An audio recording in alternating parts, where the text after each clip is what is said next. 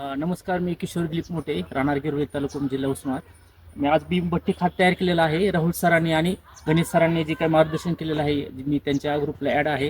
आणि गणेश सरांचं राहुल सरांचं पण एकदम मस्त मार्गदर्शन आहे. त्यांनी भट्टी खात कसं तयार करायचं हे सांगितलेलं आहे.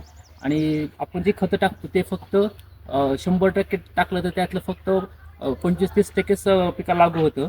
आणि भट्टी खत जर टाकलं तर आपल्याला 100% ते लागू होतं. भट्टी खत टाकण्यासाठी सुरुवातीला आपण शेणखत घेतलेलं आहे. शेणखत इथं पसरलं आहे आणि आपल्याला 3 पट घ्यायचं. एक पोत जर DAPचं घेतलं तर 3 पट आपल्याला शेणखत घ्यायचं आहे.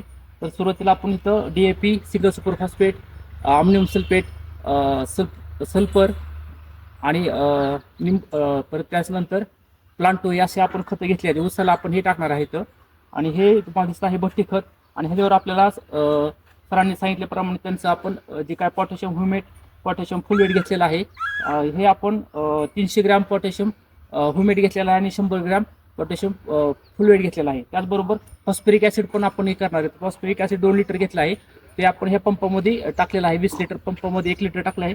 ते सर्व ह्याच्यावर तोडणार आहे. तर त्यामुळे काय होते, सिंगल सुपर फॉस्फेट आणि DAPची बॉन्डिंग तुटणार आहे. आणि बॉन्डिंग तुटल्यामुळे जी काही ह्यातले पिकाला ते एकदम चांगल्या प्रकारे जी काही सिंगल आणि DAP लागत नाही. सिंगल सुपर फॉस्फेट काय होतं, जमिनीमध्ये जाऊन फिक्सेशन होतं. ते आता हे फिक्सेशन होणार नाही. तिथंच ह्याचा बॉन्ड तुटल्यानंतर तो 100% लागू होणार आहे आणि मुळाला लवकर ते अपटेक होणार आहे.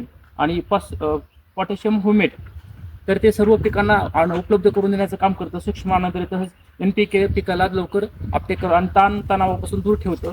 आणि ह्युमेटचं काय करतं, ट्रान्सपोर्टेशन जे काही खतं आहेत ते पूर्ण पिकाच्या बॉडीमध्ये पोहोचवायचं काम पोटॅशियम ह्युमेट करतं. हे दोन्ही प्रोडक्ट एकदम त्यांचे चांगले आहेत. आणि त्यांच्या जे काही मार्गदर्शन आहे त्यामुळे सर्व शेतकऱ्यांना भरपूर फायदा होत आहे. जे काही आपलं फिक्सेशन होत आहे सिंगल सुपर फॉस्फेट DAPचं, जे काही खतं लागत आणि जमिनीची नापीक वाढच आहे. कारण आपण एवढं खतं टाकतो ते त्याचं केमिकल बॉन्डिंग तुटत नाही लवकर. त्यामुळे पिकं आपले जमीन नापीक होत आहे.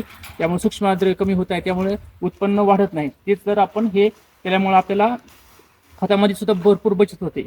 एक DAPचं वापरलं तर 3 पट ते खत तयार होतं. 3 पट आपण काय करू शकतो, त्यामध्ये खत टाकू शकतो, कुजलेलं शेणखत.